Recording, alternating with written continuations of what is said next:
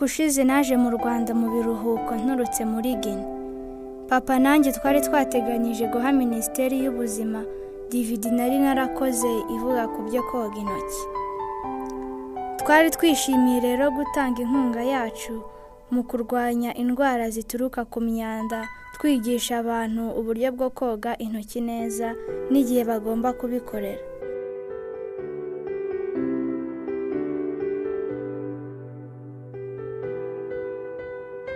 Twatangajwe no kubona ko guverinoma y'u Rwanda yaratangiye ikabishyiramo imbaraga nyinshi mu kugangurira abanyarwanda bose gukoresha tekinoloji yo koza intoki bakayifata mu byihutirwa. Byaragaragaye rero ibyo Dr Benoit yatubwiye ko yabaye mu Rwanda kandi akaba yarabasigiye ibyo yavumbuye, nabo ntibabireke ahubwo bakabikomeza ndetse bagashaka no kubitunganya birushijeho bahindura Canacla mo kandagira ukarabe.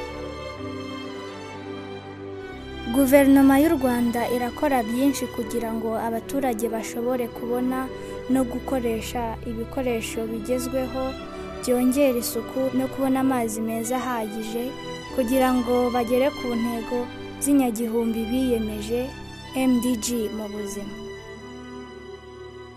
MDG ivuga ngo Millennium Development Goal, bivuga ngo intego z'ibinyagihumbi biyemeje, naho sanitation ivuga ingamba z'ibanze zirebana n'isuku zigomba gufatwa na buri wese kugira ngo ubuzima bwa buri wese burindwe indwara zituruka ku biva mu muntu ari imyanda. Sanitation rero irebana no kureba buryo ki ibyo bintu byashyirwa aho byagenewe kugira ngo bitanduza abantu ndetse kugira ngo aho tuba habe haboneye.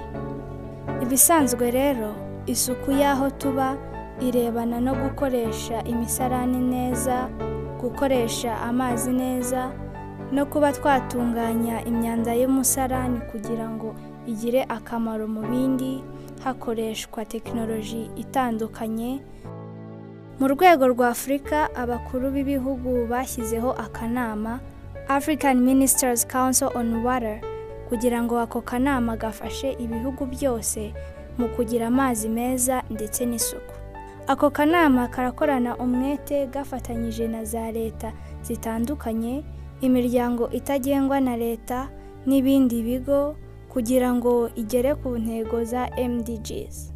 Nyuma y'inama ya kabiri yabereye muri Afurika y'Epfo hamwe na guverinoma y'u Rwanda, ako kanama kateguye inama ya gatatu Africa Sun 3 yabereye i Kigali mu cyumweru cya 19 Nyakanga 2011.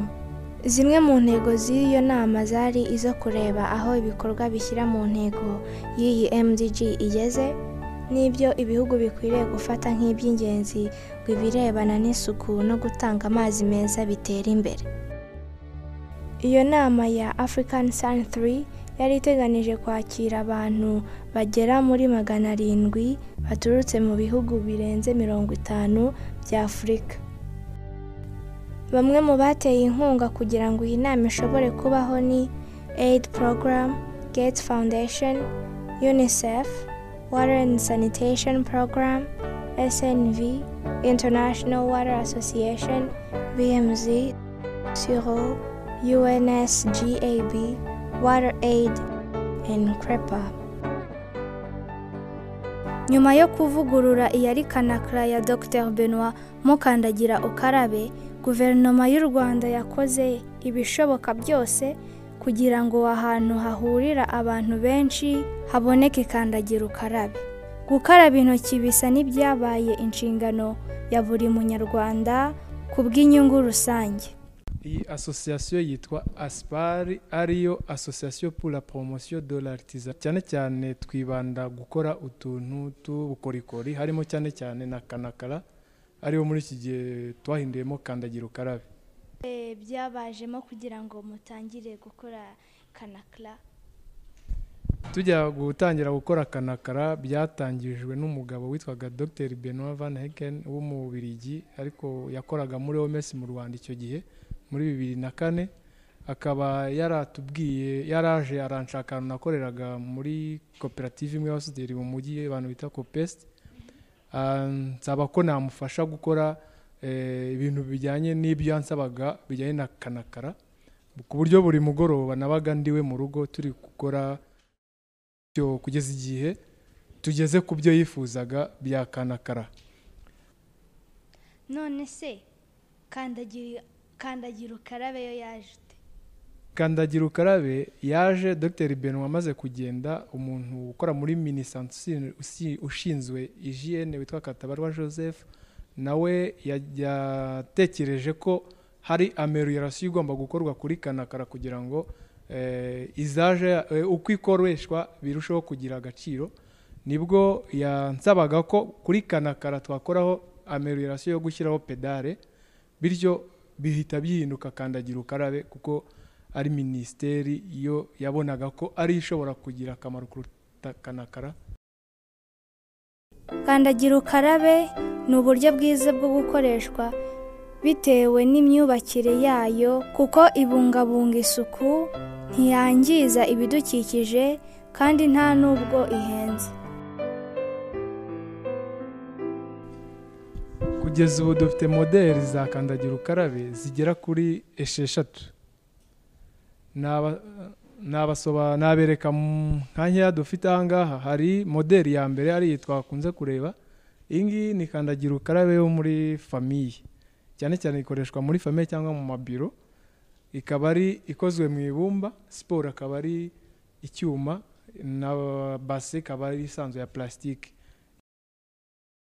Hari indi kandagira ukarabe ya kabiri ariyo iyi ngiyi y'icyuma, nayo ikozwe mu bwoko bw'icyuma gisanzwe, ariko imbere hakaba hasizemo ibintu bita epoxy ku buryo hatazamo ruye.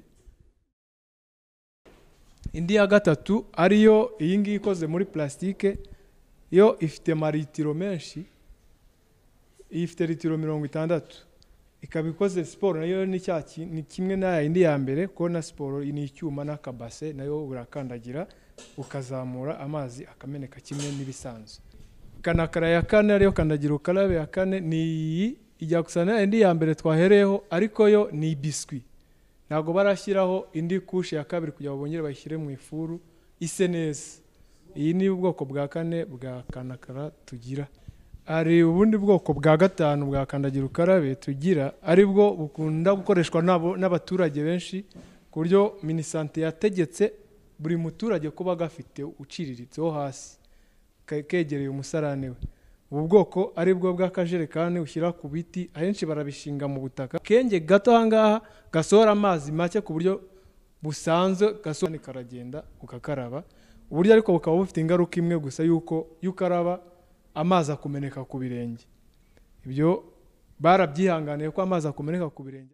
Iyi Canacla ureba aha hanze rero, iyi niyo Benoit Docteur yasize ayashinze ahangaha, ikaba yarabumuwe n'aba artiste tutasko, niwe wayibumbishije araza arayiduha. Kugeza none ubu iracyakora neza, ni ya modeli ya mbere ya kera tugikoresha kugeza ubu ngubu. Yo ntabwo ifite pedale, kuko n'ubu buryo n'ubundi hari igihe uyikoresha igufasha gukaraba intoki, isura, cyangwa se koza ikindi kintu icyo ari cyo cyose ukoresheje amazi make, kandi nta kindi kintu ukozeho gishobora kongera kukwanduza cyangwa kongera kugusubizaho umwanda wakuvagaho. Urebye nta tandukaniro cyane riri hagati ya Canacla ya mbere ndetse n'iyo Abanyarwanda bise kandagira ukarabe, uretse ko imwe ifite aho ukandagira ngo ufungure amazi, mu gihe indi bisaba gufungura ukoresheje amaboko. Uyu munsi twabonye ukuntu Canacla yahimbwe na Dr Benoit bayihinduyemo kandagira ukarabe, kandi igishimishije ni uko hari modeli nyinshi. Ikindi gishimishije ni ukuntu Abanyarwanda bayikunze. Ufata rero amazi incurimo. Avant de manger, youpier. Avant de manger, youpier. Nous devons nous laver les mains. Indirimbo imara amasegonda 30. Iki ni cyo gihe gisabwa mu gukaraba intoki. iyo ukarabye intoki mu gihe kiri hasi y'amasegonda 30 umwanda wose ntabwo ushiraho. Ugomba gukoresha amasegonda 30 kugira ngo ukureho umwanda wose. Ni nayo mpamvu wahimbye kandagira ukarabe yatwigishije iyi ndirimbo kugira ngo tutazajya turambirwa.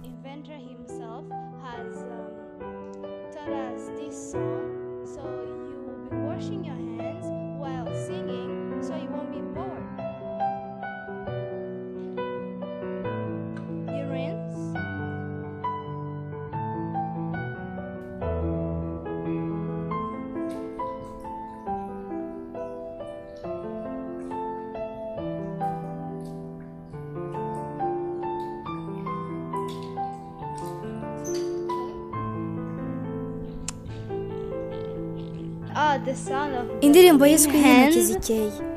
Uko niko tugomba gukaraba intoki. Ndifuza ko urugero mwajya murwereka buri muntu wese uje hano kugura kandagira ukarabe.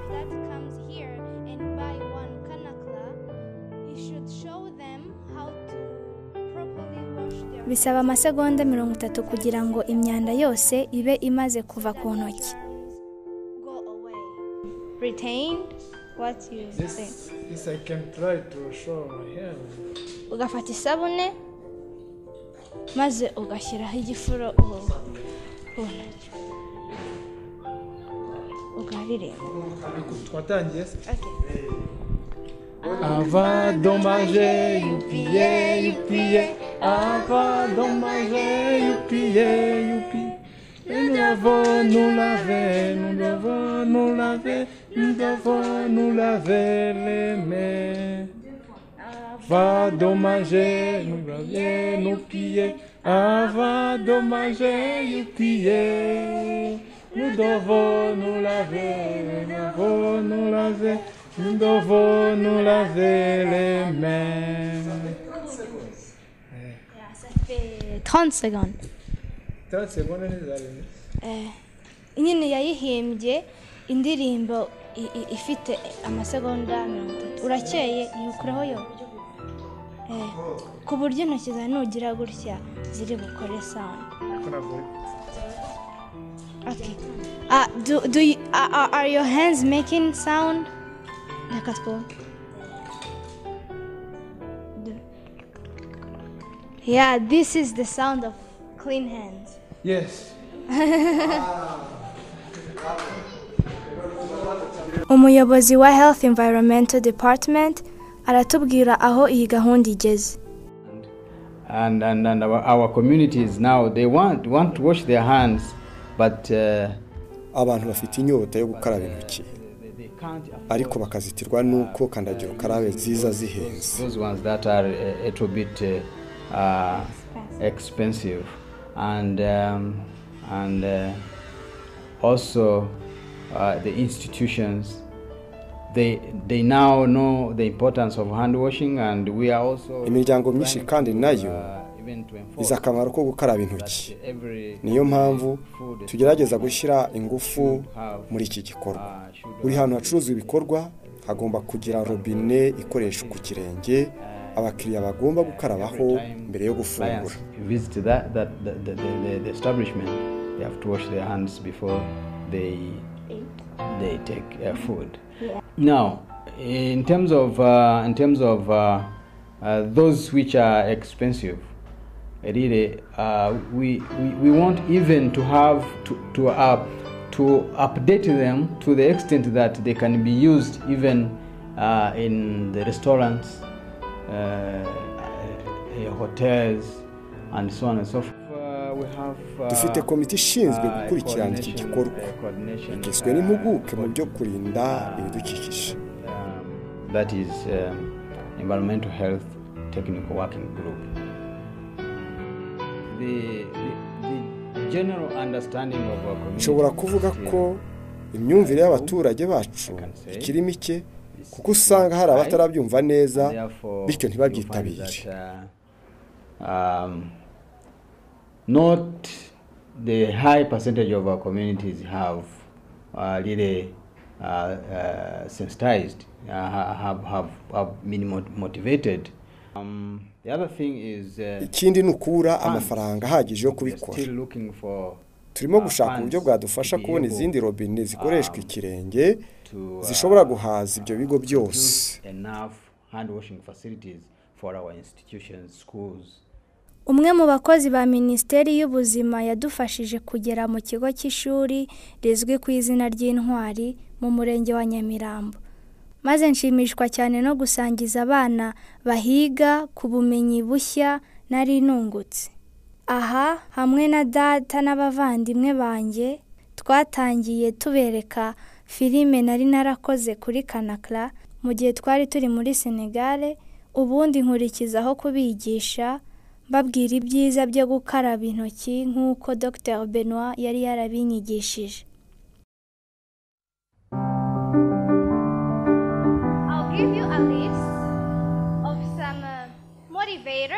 Nshobora kubaha impamvu zituma twumva tugomba gukaraba intoki.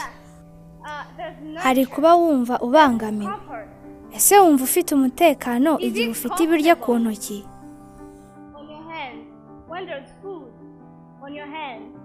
Hari indwara ziterwa n'umwanda. Hari ukwishimisha. Bivuze iki? Iyo tuvuga ko ikintu gishimishije, biba bivuze ko gikunzwe. Umuntu yumva yashimishwa no kugikora. Hari ukwisanisha n'abandi. Iyo ubona abandi bantu bakora ikintu, nawe ugikora kugira ngo bidatuma batakwibonamo. Ni ryari umuntu akaraba intoki? Murabitekerezaho iki? Igihe uvuye ku musarane, mbere na nyuma yo kurya, igihe tugiye kurya. Nibyo, nyuma yo kuva ku musarane, ivuze ngo ukimara gusohokamo, mbere yo kwinjira mu nzu cyangwa mu ishuri, uvuye mu karuhuko, mbere yo kurya. Ni gute tugomba gukaraba intoki? Hakenewe iki kugira ngo dukarabe intoki? Dukeneye amazi, dukenera isabuni, dukenera ibesani, dukenera kandagira ukarabe. Mureke mbabwire ikintu kimwe cy'ingenzi dukeneye mu gukaraba intoki. Ni igihe. Dukeneye igihe.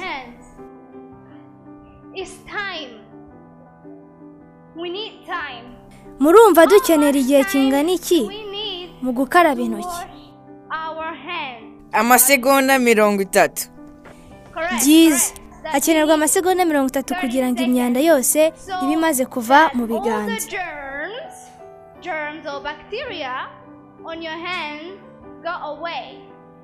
Dukenera amazi, isabune n'amasegonda 30 iyo dukaraba intoki.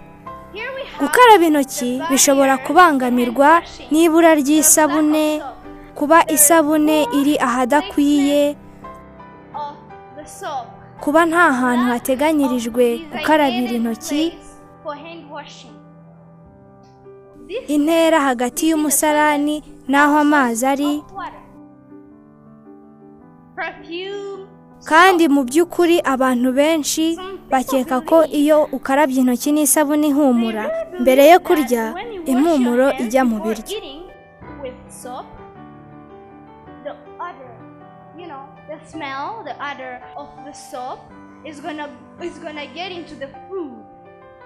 Hari kandi imiterere y'ibikoresho byo gukaraba intoki. Hano dufite abantu bategereje gukaraba intoki. Hari umurongo muremure aho abafite ingufu babyigana n'abafite ingufu nke kugira ngo bakarabe. Ndakaraba mbere kuko ngiye mu ishuri, higama igirayo. Iki nicyo nise umurongo wo gutegereza gukaraba intoki. Abanyantege nke n'abafite ingufu bararwanira gukaraba.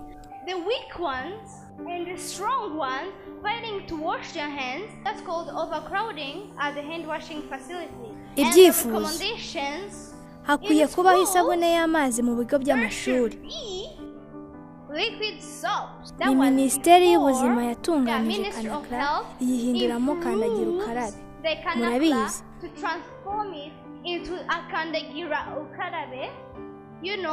Mbere mwakarabaga mubanje guterura icyitwa clape. Iki cyitwa kanari aclape. Ukaraba uzamura hano. minisiteri y'ubuzima mu rwanda ubu yarabivuguruye ntimugikenera kuzamura, murakandagira gusa amazi akizana, si byiza? Nyuma naretse data na barumuna banjye babigisha akaririmbo ko kubakangurira gukaraba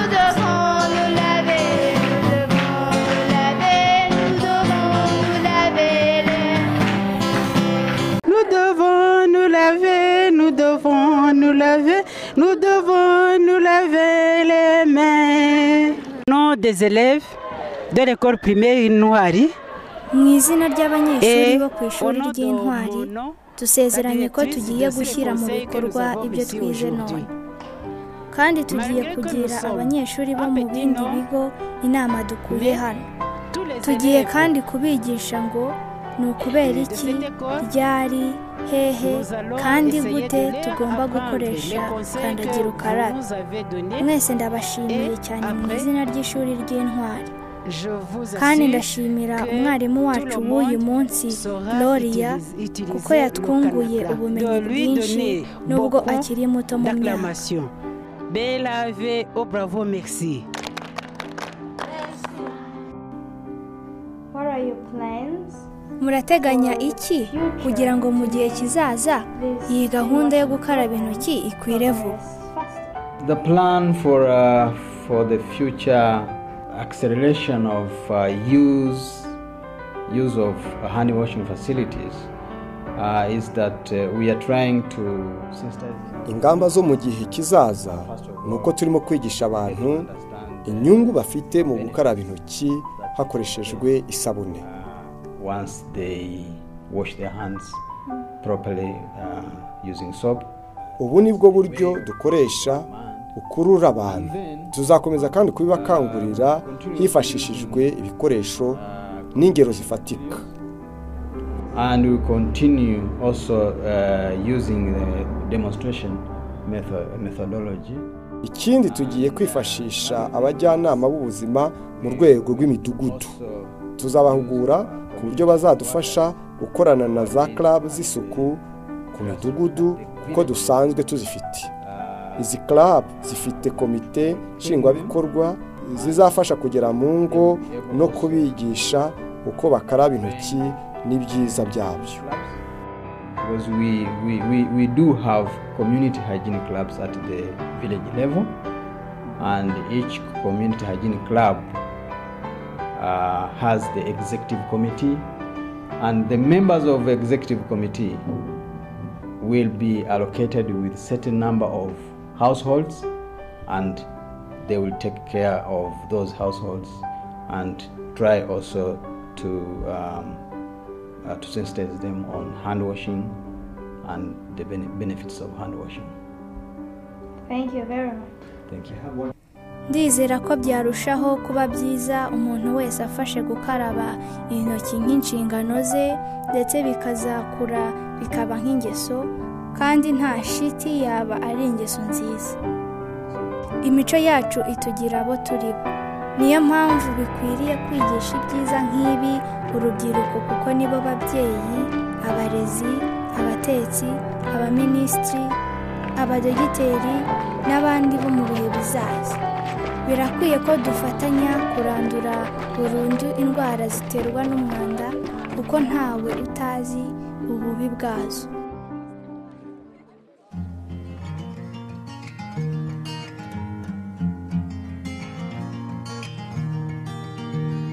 Been up all night, staring at you, wondering what's on your mind.